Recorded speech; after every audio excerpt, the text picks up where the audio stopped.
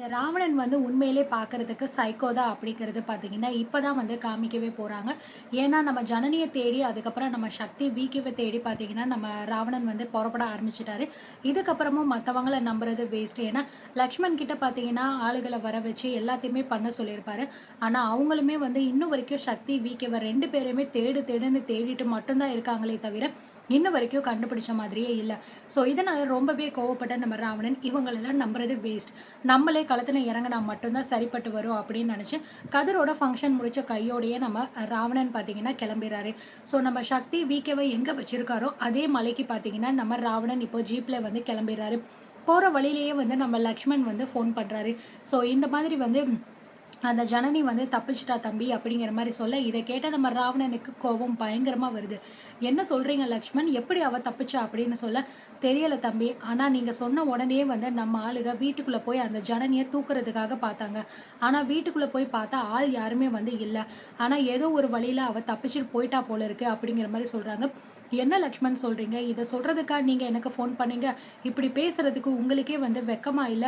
ஒரு விஷயத்த பண்ணுங்க அப்படின்னு நான் எப்போ இருந்தும் உங்ககிட்ட சொல்லிக்கிட்டு இருக்கேன்.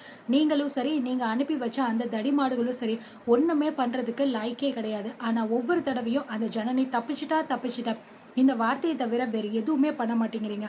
போயும் போயும் ஒரு பொம்பளைய கூட உங்களால வந்து ஒழுங்கா வந்து கடத்த முடியலையா அப்படின்னு ராவணன் கண்ட மேனிக்க நம்ம லக்ஷ்மணன் வந்து திட்டுறாரு. இங்க பாருங்க லக்ஷ்மண், இதுக்கு மேல நீங்க என்ன சொல்லணும்னு நினைக்கிறீங்க அப்படின்னு சொல்ல, இல்ல தம்பி, இதை விட ஒரு முக்கியமான விஷயம் எனக்கு தெரிய வந்திருக்கு. அந்த ஜனனி வந்து தப்பிச்சு போய் நேரா அந்த மதிவதனி, அதுக்கப்புறம் சாருபாலா, இவங்க 3 பேரும் சேர்ந்து அந்த ஜட்ஜை போய் பார்த்துருக்காங்க அப்படின்னு சொல்ல, ஜட்ஜா யார் அது? அந்த குணசேகரன் கேஸை ரிட்ரைவ் பண்றாங்களே அவங்களா அப்படின்னு சொல்ல, ஆமா தம்பி அப்படின்னு சொல்றாங்க. அவங்க 3 பேரும் சேர்ந்து பார்த்தீங்கன்னா, அந்த லாயர் கிட்ட அந்த ஜட்ஜ் கிட்ட என்னென்ன பேசுனாங்களோ, அது எல்லாத்தையுமே லக்ஷ்மண் வந்து இந்த ராவணன் கிட்ட வந்து சொல்லும்போது, "ஓ! இந்த ஜனனி இவ்ளோ பெரிய புத்திசாலியா? மதிவதனை கூட சேர்ந்துக்கிட்டு இவ்ளோ பெரிய விஷயத்த பண்ண ஆரம்பிச்சுட்டாளா? என்ன லக்ஷ்மண், எல்லாருமே நமக்கு எதிரா ஒண்ணு கூட்டிட்டாங்க போல இருக்கு." அப்படின்னு சொல்ல, "ஆமா தம்பி" அப்படின்னு சொல்றாங்க. இதெல்லாம் நம்ம சும்மாவே விடக்கூடாது. நம்மள சுத்தி இருக்கிற அவ்ளோ பேருக்குமே நம்ம கொள்ளி வைக்கணும் லக்ஷ்மண். இத மட்டும் நம்ம விட்டுறவே கூடாது. இதுக்கப்புறமும் உங்களால ஏதாவது பண்ண முடியும்னா அப்படின்னா மட்டும் நீங்க பண்ணுங்க. அப்படி இல்லைன்னு வச்சுக்கோங்களேன், ஏதாவது பண்ணி நீங்களே தற்கொலை பண்ணிட்டு செத்துருங்க என்ன. ஏன்னா உங்கள வந்து என்னால கொல்ல முடியாது. அப்படி ஒரு நிலைமைக்கு என்ன தள்ளிறாதீங்க அப்படின்னு நம்ம ராவணன் கோவமா சொல்லிட்டு ஃபோனையும் வச்சுறாரு. லக்ஷ்மணுக்கு என்ன பண்றதுன்னே தெரியல. என்னடா இந்த சைக்கோ கிட்ட போயிட்டு நம்ம மாட்டிக்கிட்டோமே. நம்ம அனுப்புன ரவுடி பசங்க ஒண்ணுத்துக்கும் லாய்க்கு இல்ல. இன்ன வரைக்கும் சக்திய தேடவும் மாட்டேங்கிறாங்க, கண்டுபிடிக்கவும் மாட்டேங்கிறாங்க. இந்த ஆள் என்ன அப்படின்னா நம்மள ஃபோன் போட்டு டார்ச்சர் பண்ணிக்கிட்டு இருக்கான். ஏற்கனவே இந்த ஆள் தான் சொல்லி நம்ம இப்படி மொட்டை அடிச்சுக்கிட்டோம். இப்போ என்னடா அப்படின்னா நம்மள தற்கொலை பண்ண வச்சிருவான் போல இருக்கே அப்படின்னு நினைச்சு லக்ஷ்மணுக்கு என்ன பண்றது, ஏது பண்றதுன்னு ஒண்ணுமே புரியாம துடிஞ்சுகிட்டு இருக்காரு. இதே மாரி பார்த்தீங்கன்னா, அந்த ரவுடி பசங்கள்ல ஒரு ஆள் வந்து நம்ம ஜனனி, அதுக்கப்புறம் மதிவதனி. அவங்க போற இடத்துக்கு எல்லாமே போயிட்டு ஃபாலோ பண்ணிக்கிட்டு இருக்காங்க. ஒரு இடத்துல உட்காந்து அவங்க டீ குடிச்சுக்கிட்டு இருக்கும்போது, நம்ம சாருபாலா வந்து யார்கிட்டயோ பேசிட்டு ஃபோன வைக்கிறாங்க. இப்பதான் ஜனனி ஒரு முக்கியமான விஷயம் தெரிஞ்சுச்சு. ஸோ குணசேகரன் சம்மந்தப்பட்ட சில பேப்பர் ஒர்க் எல்லாம் பண்ண வேண்டியது இருக்கு.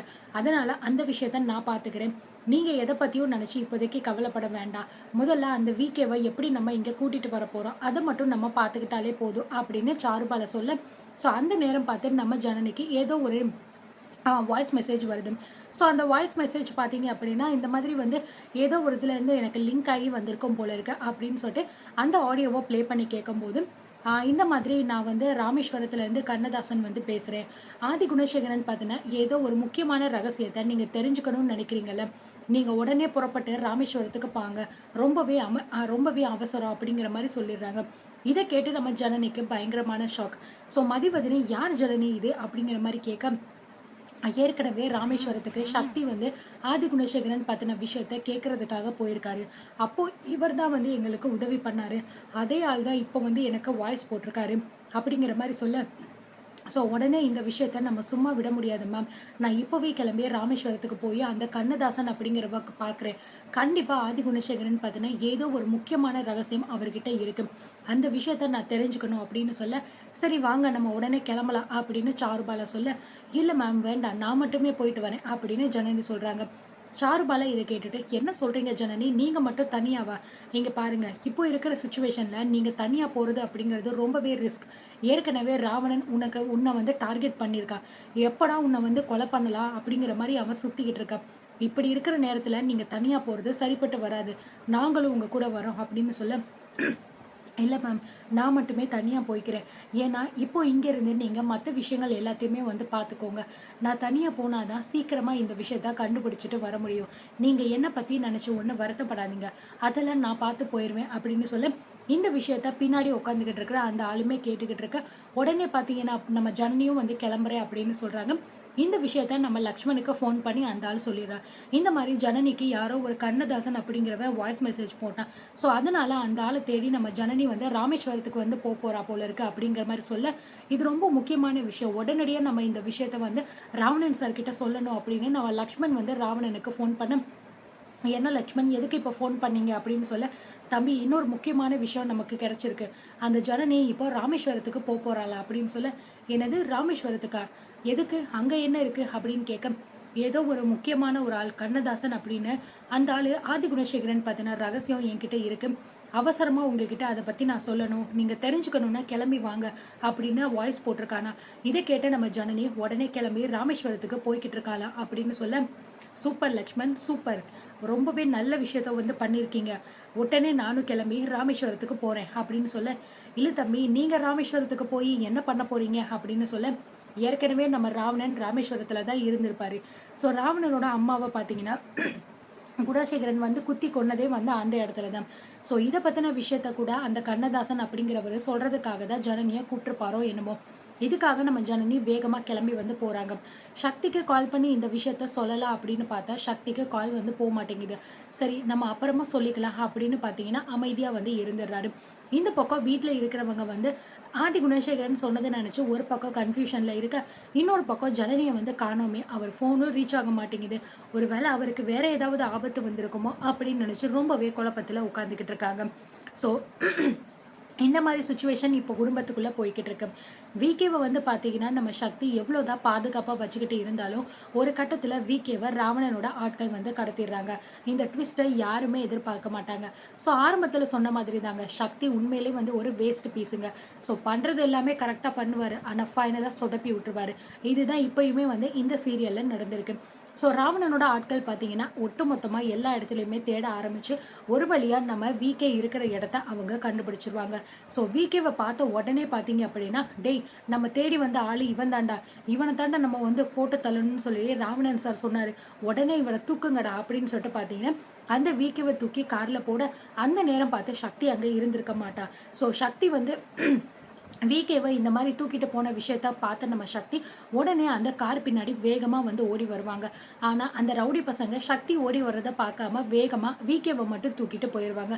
சக்திக்கு இப்போ என்ன பண்றதுன்னே தெரியல. விகேவ நம்ம இவ்ளோ தூரம் காப்பாத்தி நம்ம பத்திரப்படுத்தி வச்சிருந்தோமே! ஆனா இப்படி மிஸ் பண்ணிட்டோமே! ராவணன் கைக்கு இவன் போயிட்டான் அப்படின்னா, இவன உயிரோடயே பார்க்க முடியாதே! என்ன பண்றதுன்னு தெரியாம நம்ம சக்தி பார்த்தீங்கன்னா, பைத்தியம் பிடிச்ச மாரி வந்து அங்கேயே நின்னுகிட்டு இருக்கா. ஸோ அந்த ரவுடி பசங்க நம்ம விகேவ உடனே தூக்கிட்டு கார்ல போட்டுட்டு போய்க்கிட்டு இருக்கும்போது, ராவணனுக்கு ஃபோன் பண்றாங்க. "சார், நீங்க சொன்ன ஆளு அந்த விகே. அவன நாங்க கடத்திட்டோம் சார்" அப்படிங்கிற மாரி சொல்ல, ராவணனுக்கு பயங்கரமான சந்தோஷம். "Super, super. இந்த விஷயத்த தான் நான் வந்து எதிர்பார்த்தேன். அந்த விகே மூஞ்சிய எனக்கு காட்டுங்க" அப்படின்னு சொல்ல, ஃபோட்டோ எடுத்து உடனே ராவணனுக்கு அனுப்ப, "விகே, எனக்கு எதிராவே நீங்க வந்து மாறிட்டியா? உன்ன நான் சும்மா விட்டு வச்சதே வந்து தப்பு. நீ கூட செத்துட்ட அப்படின்னு நான் நினச்சுக்கிட்டு இருந்தேன். ஆனா அந்த ஜனனி, சக்தி 2 பேரும் சேர்ந்து உன்னை காப்பாத்தி எனக்கு எதிரா உன்னை மாத்திட்டாங்க. இதுக்கப்புறமும் உன்னை நான் விட்டு வைப்பேனா? உனக்கு சாவு என் கையில தான் விகே" அப்படின்னு ரொம்பவே கோவமா நம்ம ராவணன் சொல்லிட்டு, "இங்க பாருங்க, அந்த ஆள ஒழுங்கு மரியாதையா நம்ம இடத்துக்கு கூட்டிட்டு வந்துருங்க. என் கையாலேயே அந்த விகேவ நான் கொல்லணும்" அப்படின்னு சொல்லிட்டு ராவணன் ஃபோனை வச்சிடுறாரு. அந்த ஆளுகளுமே வந்து, "சரிங்க சார், நாங்க வந்துகிட்டு இருக்கோம். கொஞ்ச நேரத்துல தான் நம்ம இடத்துக்கு நாங்க வந்துருவோம்" அப்படின்னு சொல்ல, இப்போ இந்த பக்கம் நம்ம சக்திக்கு என்ன பண்றதுன்னே தெரியல. "விகேப்ப இப்படி தவற விட்டுட்டோமே! இப்படி மிஸ் பண்ணிட்டோமே!" அப்படின்னு நெனச்சு நம்ம சக்திக்கு கையும் ஓடல, காலும் ஓடல. எப்படி நம்ம அவன தேடி கண்டுபிடிக்கிறது? கண்டிப்பா ராவணனோட ஆட்கள் தான் அவன தூக்கிட்டு போயிருப்பாங்க. இதுக்கப்புறமும் அந்த விகே உயிரோட இருக்கிறது அப்படிங்கிறது ரொம்ப ரிஸ்க்கு. ஸோ இதுக்கு முன்னாடியே பார்த்தீங்கன்னா, ஒழுங்கா அந்த விகேவ பேச வச்சு வீடியோ எடுத்திருக்கலாம். அதுவும் எடுக்கல. சரியான முட்டாள் கூட்டம் தான் வந்து இந்த சக்தி, ஜனனி 2 பேருமே. ஆதாரத்த கையிலேயே வச்சுக்கிட்டு இருந்தோம் அப்படின்னா, அதுக்கு ஒரு ப்ரூஃப எடுத்து வைக்கணும். எதுவுமே எடுக்காம கடைசியில அவன் சாகட்டும் அப்படின்னு விட்டுட்டு, அதுக்கப்புறம் எங்ககிட்ட ஆதாரம் இல்ல அப்படி இப்படின்னு திரிஞ்சுகிட்டு இருக்காங்க. என்ன சொல்றதுன்னே தெரியல. அதுக்கப்புறம் பார்த்தீங்கன்னா, விகேவ உண்மையிலே ராவணன் கொன்னுடுவானா என்ன அப்படிங்கிறத நம்ம பொறுத்திருந்து பார்க்கலாம்.